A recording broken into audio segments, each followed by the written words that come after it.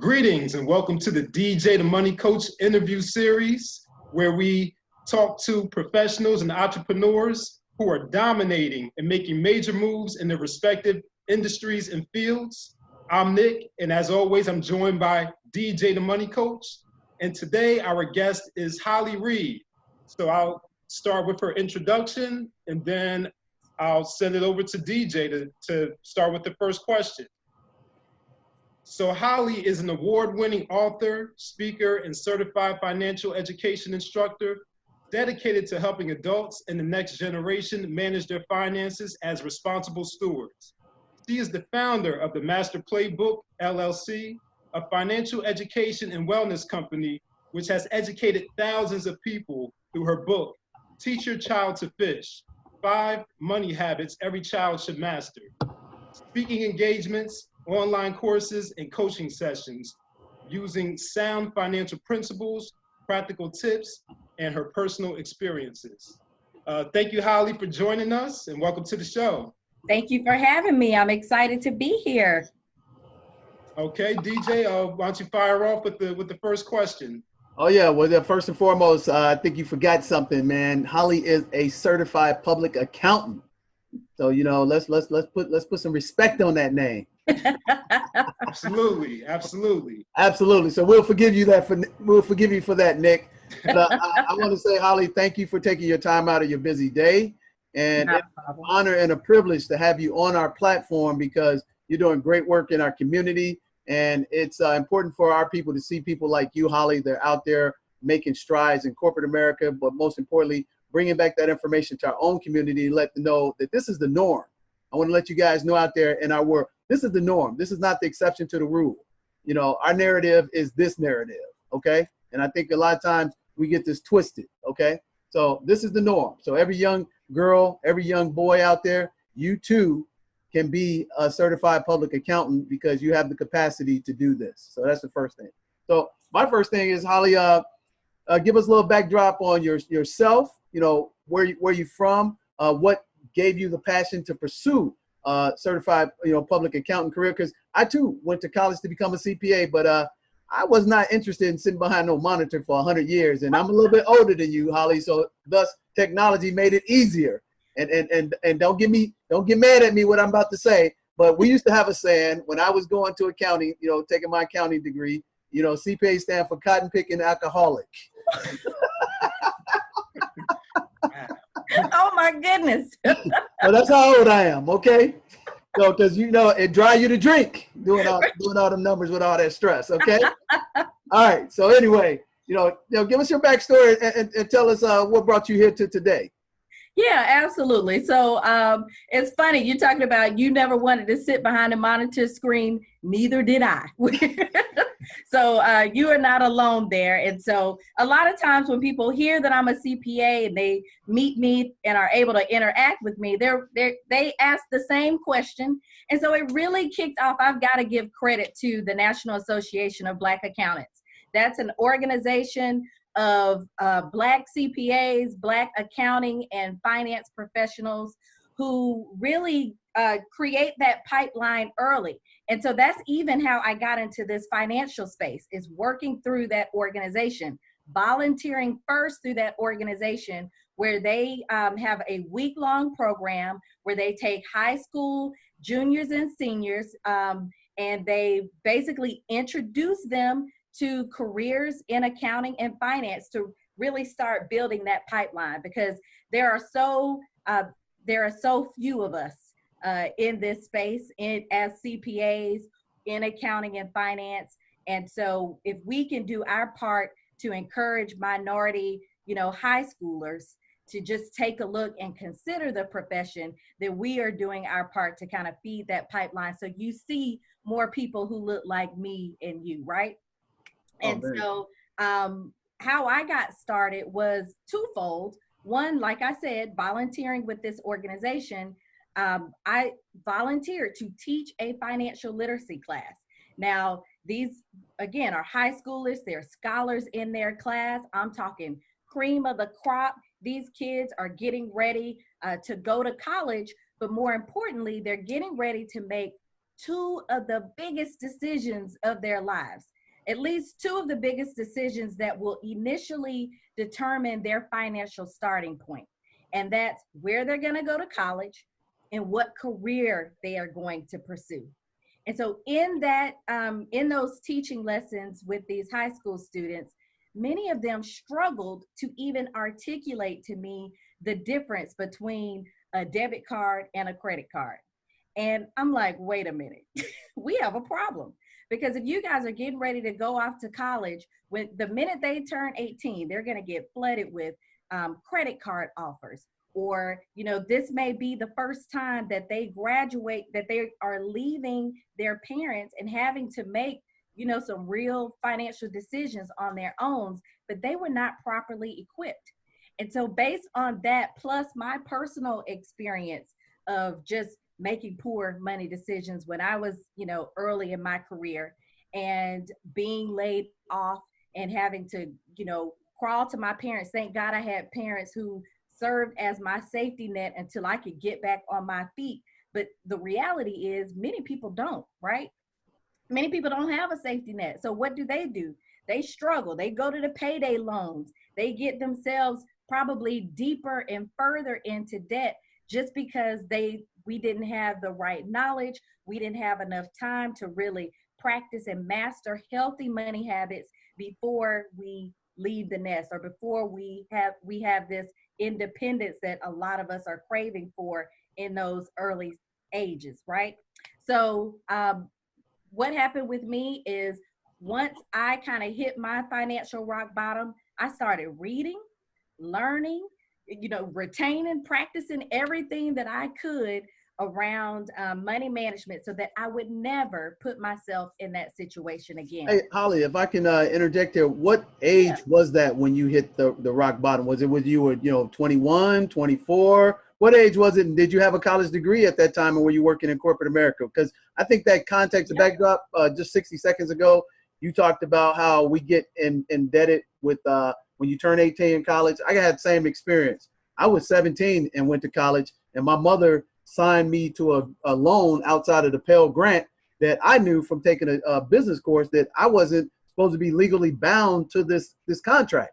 Yeah. But my mother, because she didn't know no better, she was like, hey, we need to make up the difference so you go to college. And I was like, I'm not legally bound to that. And she put my name on it, signed it. But next thing I know, 20 years later, they're chasing me for that loan when I legally was not bound to that contract, nor that I knew the ramifications of it. So that's the thing.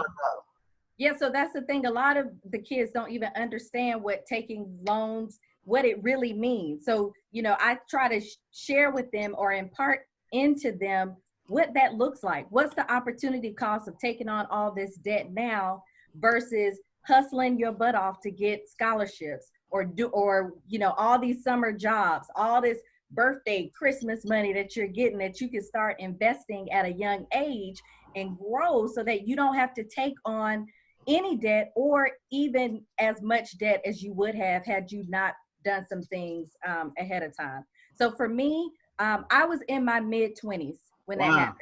And it was really triggered by a layoff. So I was working in corporate America, making good money on the outside. I looked like success, right? But I was spending beyond my means. I was racking up credit card debt, just trying to do what other people were doing. You were already an accountant. Oh, yeah. Because the reason I'm saying that, because I want people to understand, is that you were already an accountant, but you didn't know the foundation of personal finance. But you were already an accountant doing this in corporate America for businesses, but you that's where do it for yourself. Right, which is why we can't rely on the education system to teach us, right? So they're teaching us what the corporations need us, right? But they don't teach you how that applies to your personal situation. Now, some people, kids, they may be geniuses and can make that connection. But if you don't have that foundation, if you've never practiced spending or, you know, managing that kind of money, you're not gonna automatically get it. Somebody needs to walk you through it. You need to read something. You need to study, create some, you know, if you don't have people around you who were good with money to kind of talk you through things, I mean, even in my own personal experiences, you know, my parents told me, you should save your money. You should buy a house before you go and buy a nice car. I mean, they gave me lots of good financial advice, but where the gap was is nobody sat me down to show me how.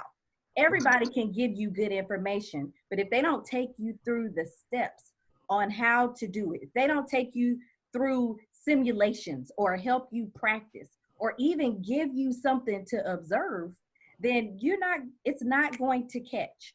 So that's why, you know, knowledge is one thing. Knowledge is great. Knowledge is key. Knowledge is important, but it's the application that sets people different, right? Absolutely. So financial education, 80% application, 20% knowledge. What are you doing with that 20%? You've got to put it into action. So my goal, my whole thing about writing the book, Teach Your Child to Fish, the book is targeted to parents about what parents should be teaching their kids about money habits or about money management before they leave the nest. So giving them an opportunity to practice, fail, practice, fail, practice, make the mistakes, practice, make a poor decision so that you still have that safety net to catch you. So when you are out on your own, you have those experiences, you know better, so you will likely do better. Well, that's a conflict in and of itself. You said practice, fail, practice, fail. The educational institution tells you to be perfect. You know, get a 100, score 1,600 on the SAT, score 36 on the ACT. So just that mindset of practice, fail, that is intimidating because you're taught if you fail, you've lost. But in business, in your personal consumption finance, it is fail your way forward. Absolutely. Those are the pillars of the foundation of personal finance. And I think that's pervasive throughout our whole United States, not just in our community, but everywhere. But it really hits us, you know, real hard because we're not taught or even given access to that information. I mean, that's the sad part. So when you finally found yourself making the corrections, start making the adjustments, did you do it yourself? Did you get help? Did you find an institution to help you out, or you it just materialized, you know, and you got it? How did that come up? How did that come about? Yep. So a lot of my learning was trial and error. I'd read something, try to implement it. Maybe I'd fall off the wagon, you know, come back to it. But actually, it was my oldest sister. We actually went to a very popular financial summit and went through their program that took us step by step. And then you take what you can from that. You take, you know, because everybody's advice doesn't fit perfectly, right? Depending on what your background is. Like the grocery store. My grandfather said, hey, DJ, you go in the grocery store, you don't need everything on every shelf. I might send you here to get, you know, eggs and milk. You don't need the candy bar in the magazine. Let me ask you this. Was that a free program you went to, or did you invest in yourself with some money in your pocket? No, we paid for it. And I'll tell you, it was Dave Ramsey's Financial Peace. Okay. We went through it. And so as you mature and grow and you understand how the word works, I mean, I appreciate Dave Ramsey and the things that he's teaching, but I don't subscribe by everything Dave Ramsey subscribes to. Exactly. So that's why I say you take what works for you and you run with that. And then, you know, there are other perspectives out there. And then you go from there. So it was definitely trial and error. Because I had no practice with it before, you know, it took me a while before I got to a point where I'm like, okay, I think I'm good. Okay. So you got it. You had the confidence. You made the turn. And then when did you start figuring out that this is what you're calling? When did that come about? And then what had the idea that led to you writing the book? Tell us about those 3 points. So the things that really, what the spark was for me is me becoming debt free. So when I started, you know, following different steps, trying out different things, managing my money more wisely, I was able to claw my way out of over $30,000 of debt. What was that feeling like when you became debt free? Can you share that with everybody? I don't think they understand the magnitude of being debt free. Man, it is the best feeling in the world. It's like, you know, a lot of people smoke dope. It was like a high that you know, without the drug, right? It's something else, ain't it?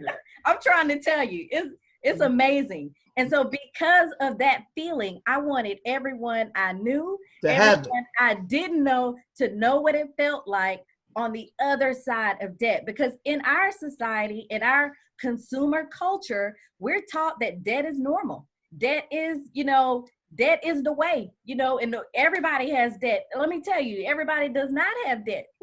Everybody is not carrying debt. Now, debt can be used to build wealth. It can be used and leveraged to pursue some big things. But all of this debt, you know, for things that don't appreciate in value, all of this debt to look good, or this vanity debt is what I call it, or to keep up with the Joneses. That's right. We got to put that to a side. It's killing us. You in the ATL, right? So they got that program called the ATL Housewives. Look, people renting mansions. Oh! Rent mansions to be on the show to say, this is mine. That's not yours. You written that. You leasing. That's like when they caught Bow Wow on faking out, talking about he got a private jet, then he's on business class, and the dude behind us, oh, that's Bow Wow. He takes a picture of it. He don't have no private jet. He's been exposed. And I'm not trying to cast dispersion on none of these people, but stop selling our community this BS. Absolutely. And let me tell you, that's a pet peeve of mine. Look, some things are going to come to light. I predict there will be some things that come to light during this economic downturn where people aren't going to be able to keep up because they no longer filming. Here in Atlanta, things have been paused. Checks have been on hold. And so people are going to get to the point where it's going to crumble because they've been faking it. So right. I'm with you on that. And here's the thing. After I got out of my $40,000 consumable debt in my late 20s, and I overcame a 525 credit score, just like yourself. Our stories are similar, Holly. I had a minor in accounting, went to school to become a CPA, chose not to, end up getting my degree in broadcast journalism, television production. But I read a book too, because I got turned down for 2 loans. I got turned down for a mortgage loan and a small business loan. And till this day, it still pisses me off. But I'm glad I had that Pell Grant though, right? Yeah, I got that though, and I got that student loan that I was not legally to be bound to it. But I read a book called The Road to Wealth by Susie Orman. I never had a problem giving credit to people to help me out where I need to have help. And I don't have to follow everything else from them, but I followed the principle. See, Dave Ramsey taught you a principle. That's it wasn't his personality. It was a principle that are universal principles no matter what higher power you believe in. It could be Jesus Christ, Buddha, whomever. But the principles are universal. And that's what's not taught in our community. So when I overcame mine, and then I had that epiphany, I said, you know what? If this is happening to me, and I'm a pretty sharp guy, and other people are not, how can we help these people out? How can we stop that and start getting this information into the community at an earlier age? And I really understood, Holly, is that they don't want us to have this. No. Because when we figured out it ain't rocket science, we would change all our consumerism habits, that 2.1 trillion they keep telling us our buying power. But what about our wealth power? Yeah. Let's talk to that. How does, man, because I love the title of your book, Teach a Child How to Fish. Yes. Let's talk to that, because if you teach one of them, they're going to impact thousands of people. Absolutely. And so that's actually one of the things that I cover in the book. One of the chapters is spend wisely and consciously. So I'm not just talking about needs and wants, but also we have to teach our kids at a young age the power of their money, the power that they hold in the dollars that they spend. So unfortunately, in the Trump administration, we're seeing so many people mistreating, devaluing minorities, retailers, like big name companies. And so I use those as examples in my classes to say, hey, you can go fact check. When you hear something about a corporation or an executive of a big company, you have so much access to technology. You guys can go fact check it, go see if their values align with yours.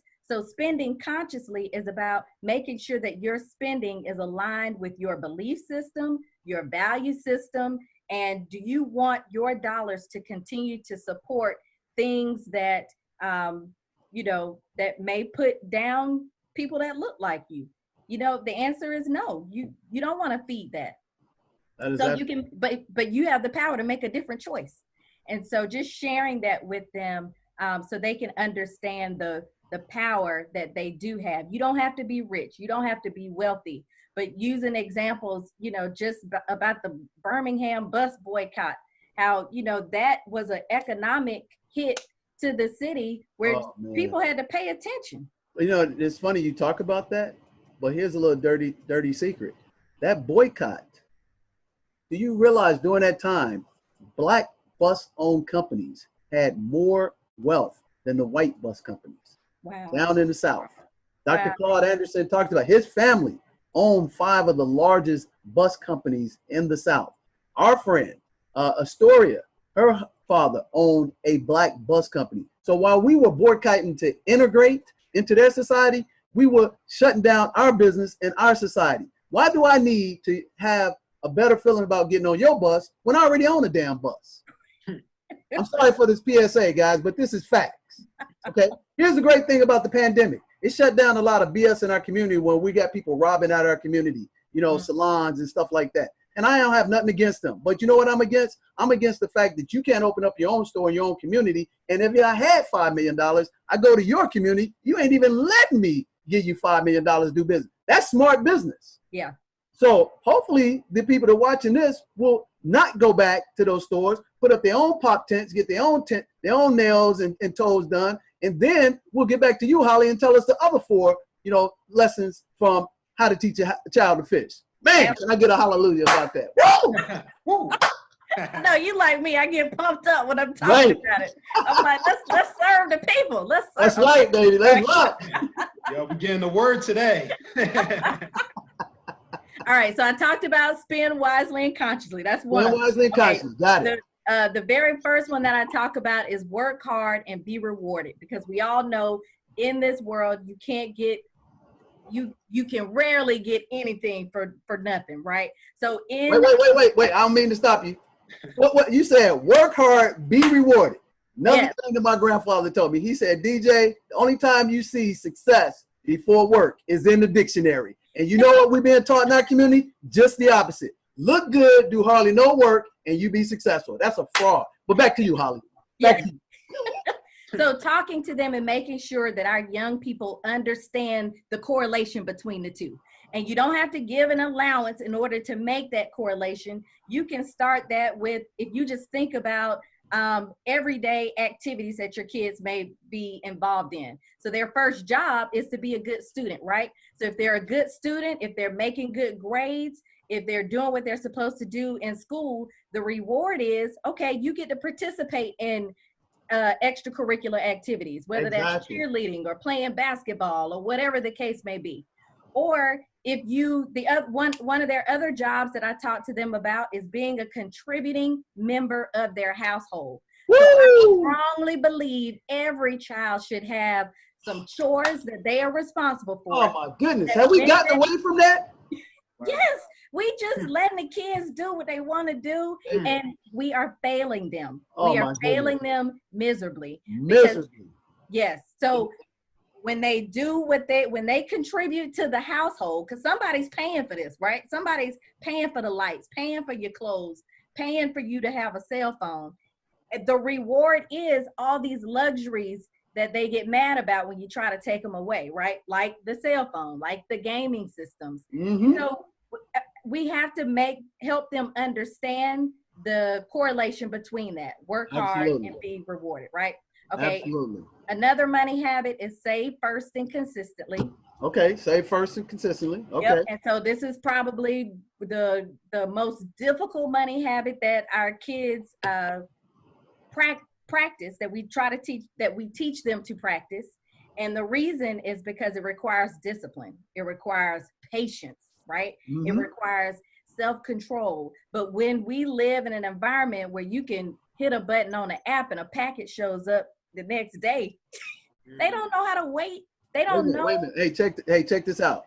But my parents used to tell me, do what I say, not what I do. But what do people do? They do what you do, not what you say. So here's a tip. If they don't see their parents saving and investing, why do you think they're going to do it? Right. But back to you, Holly. Absolutely. And so you are absolutely right, DJ, because kids learn by observing, right? And so we even think it's cute when they're toddlers, when they're mimicking adult behaviors or mimicking something. It's the same thing with money habits. They're going to watch you. They see you swiping. They see you avoiding the collector's phone calls or parking the car in the back of the house so the repo man can't find the car. They see all of that, and they're picking up on things. And so these are the money habits that they're learning. But the great thing is, as parents, you have the power, you have the influence to start putting in these healthy money habits and allowing them to practice it now. Okay, so we save first and consistently. The key with savings, we gotta get them to build that muscle now. All this, birthday money, graduation money, there are about five times during the year where people probably give your kids money. Mm-hmm. Give that they didn't earn, so they don't even have an appreciation for it. Right. So, but we also don't give them an expectation around it. So what do you expect your child to do? What's the responsibility of the money? Absolutely. So save first and consistently. Saving first is the foundation of investing. If you're not saving, you'll never be able to invest. Okay. Because investing is for the long haul, right? Absolutely. So we got to get them to understand what it means or what it feels like for it to be patient. Right. Delayed gratification. Right. Delayed gratification. If it's really worth it, you got to put some effort towards it. So what's the next lesson? So the next lesson is use credit responsibly. Okay, use credit responsibly. I like that. And so a lot of parents are like, well, my kids aren't old enough to use a credit card. Why do we need to cover this? And my response is your child may be one of the first generations to operate in a cashless society. Oh, they will be. Yeah, absolutely. And so they are already priming and prepping. If your child has ever used a gift card, that's nothing but a credit card with training wheels. Mm-hmm. They're teaching them how to swipe, dip, track the money that's on it. So it can actually be used as a tool, as a learning tool, right? But a lot of times, people are like, but they also see us using them, right? Right. But again, observation, the most powerful tool. Video, the most powerful tool. But like I said earlier, they struggle. They can't tell me the difference between the two, the difference between the debit card and a credit card. Well, think about it. If I couldn't tell at 27, you couldn't tell at 25. How they gonna tell at 12 years of age? Right. So we gotta just start planting these seeds now. And then the last money habit is give generously. Give generously. Wow. Yeah, so give generously. That's a major conflict for our society now. Giving, helping people out without trying to get some credit for it because you want to be popular. Come on now. Come on, girlfriend. Hit me up with that. Tell me a little bit more about that giving. Yes, so this is where we teach them the 3 T's of giving, the ways that they can give at their age, through their time, their talents, and their treasures.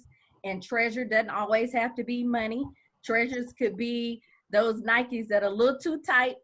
You hadn't worn them down too much. And right. maybe your cousin or your church member or your classmate can wear the shoe now that you can't. But like you said, teaching them the appropriate way to give. You give from your heart. You give with good intentions, not to be seen, not to be rewarded, not to be publicly praised. But because we are called to give, right? There's so much that we are given that we are called to help the next person. And if they just take a look at their environment and look at all the ways people have given or poured into their lives for free, where nobody is paying them, then they have a responsibility and an obligation to do the same. Go back, and the way you do that is you want to tie the giving to something that the kids are interested in. So what are they passionate about? What are they interested in? And then find a charity or organization or, some kind of vehicle that they can then give and they feel good about it. Okay, man, I love that. So let's summarize. So it's 5 rules in Teach the Child How to Fish.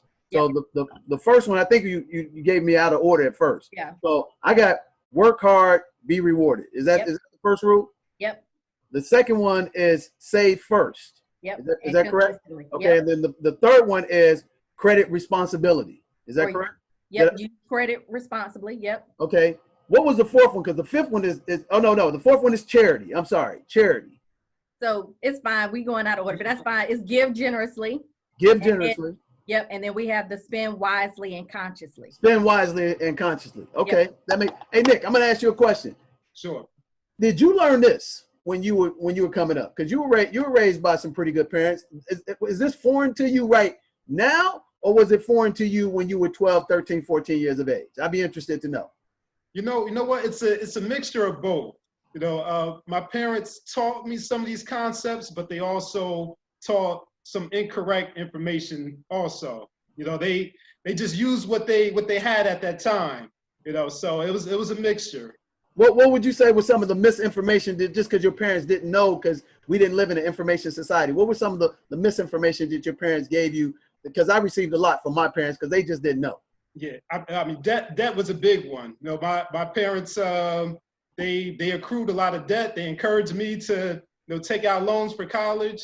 They encouraged me to finance a brand new car, same year. Wow. So debt is probably the biggest one. Wow. How often you hear that, Holly, in your teachings with people? I mean, because that one, my grandmother, she was adamant about don't buy nobody else's used stuff.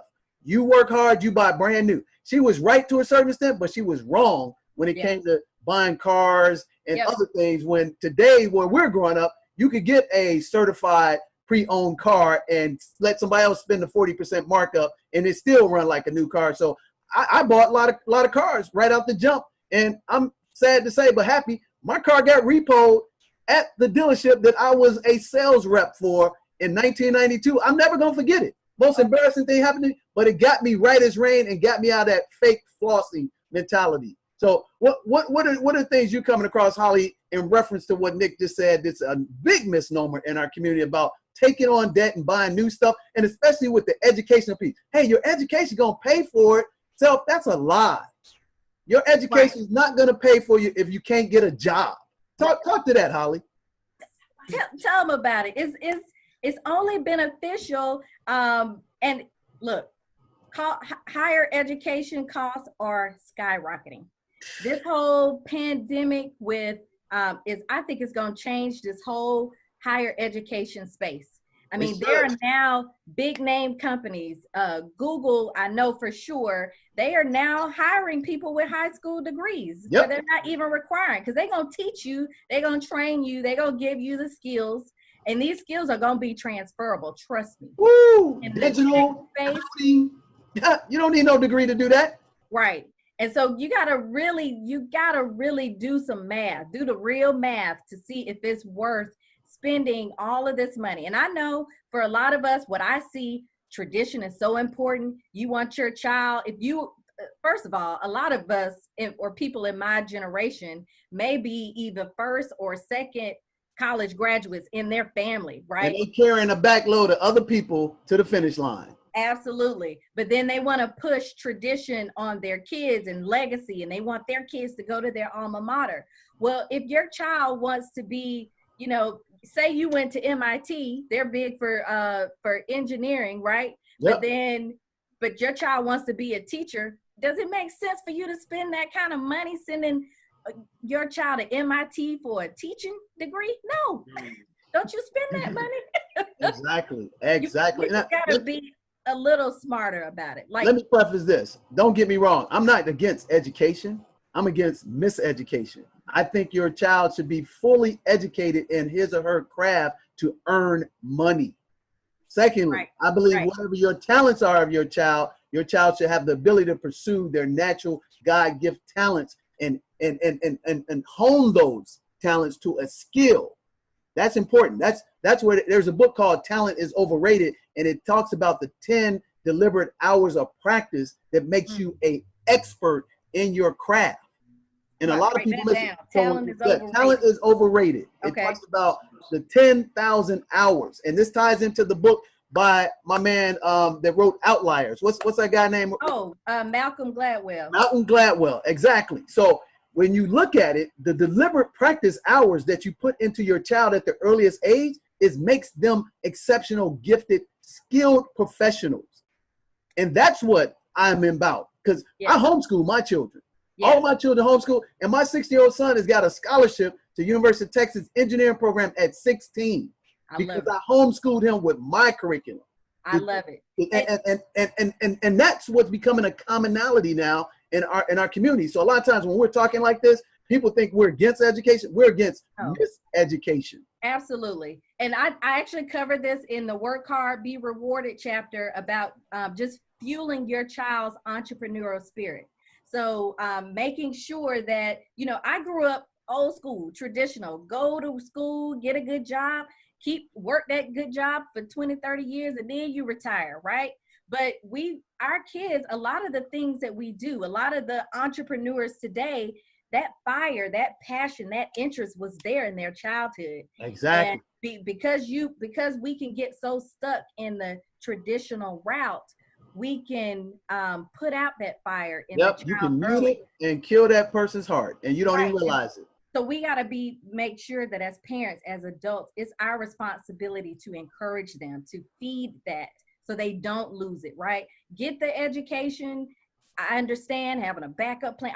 I understand all that, and I fully support it 100%. But we also have to keep that creativity. I mean, listen, these kids, they are going to be they are the next generation of innovators. They're going to be breaking barriers. They're going to do a lot of things that we could never perceive because we had these parameters or these blocks around us. And so we've got to give them everything we can. We have got to equip them so that they can go farther, much faster than we could have ever done it. I share the exact same sentiment. Hey, we're want to wrap this up and encapsulate what it is the next step. So when you teach a child how to fish, and then they come through your playbook master program, what are the 3 takeaways that you can have them impacted by, even if they never saw you again, by just getting your book and come through your work course? Can you summarize that for us? And then we want to wrap it up because I appreciate your time, Holly. This is amazing. I've been enlightened. I learned some new stuff, and I'm going to apply it in my household first and foremost. Yes, absolutely. So when they go through the program, you're going to get, real-time live instruction from me, with me as the guide, kind of taking them through. They are going to be exposed to proven strategies, things that they can practice as they mature and grow. So maybe your child is 8, but at 12, there's a different concept that you need to make sure that they get, right? And so these are things that you can go back to, rinse and repeat. That's why I'm trying to boil it down into just 5 money habits. So you're not all over the place. You can come back and hone in, and this is going to teach, the parents are going to learn so much about their kids, right? They're going to learn more than the kids do. Right. Let me tell you this. A lot of parents come back and they're like, you know what? I learned something. Like this is putting me in check. Like, oh, I need to be doing something. And so if that's the outcome, I love that too. If that helps you as an adult do something differently or do it better, that you can then be that role model, be that person that your child is watching and actually learning from, because they're going to learn it from somewhere. If they don't learn it from you, they're going to learn it from, Beyonce or the media or the music lyrics that they're listening to or all these YouTube videos that they're watching. So that's why we have got to take advantage of our realm of influence as parents to really instill this into them now. Plant these seeds now so they can reap the benefits once they leave the nest. Okay, so what will be the second takeaway, Holly? So we got that one. What will be the second one? Okay. So the second takeaway, what was the first one? I think the first one I said was the video, the live instruction. Right, the live instruction. Yep. Yep. So what would be the second? The second one would be the tool, the activities, tools, and templates that they can rinse and repeat. And you provide that for them, correct? Yes, absolutely. Okay. So cool. all of this is coming through me.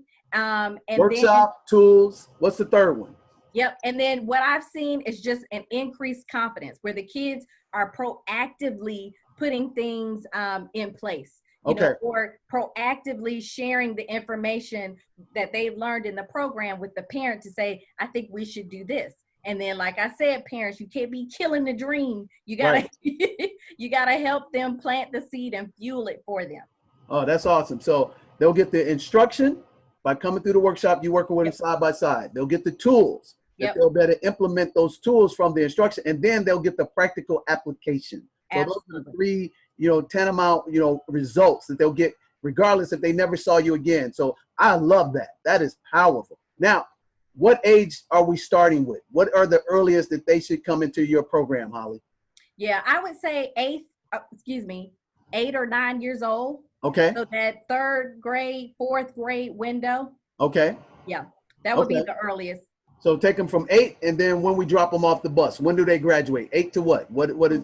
So we're gonna do 8 to 12, 8 to 13 in that age range. Yep. Oh man, that is awesome. That is awesome, man. You know what? I just thought about it. That when you drop off the bus, it actually makes them available for what I do for them. Because my kids start at 13. I mean, not my personal kids, but the kids I work with.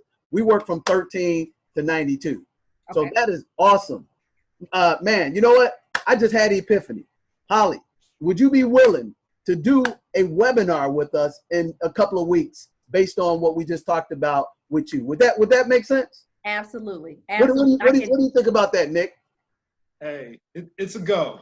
It's a go? Yeah, it's a go. It's a go. Well, hey, let's do this. Hey, Nick, give us a little summary of what you want to say to the people. And we're going to wrap this thing up because I don't want to take up any more of Holly's valuable time because this stuff is priceless. I learned a lot about what Holly is about. I learned a lot about what the impact is our community. And I learned about what the takeaways from the people from your workshop. Like you said, number 1, they're going to get the instruction.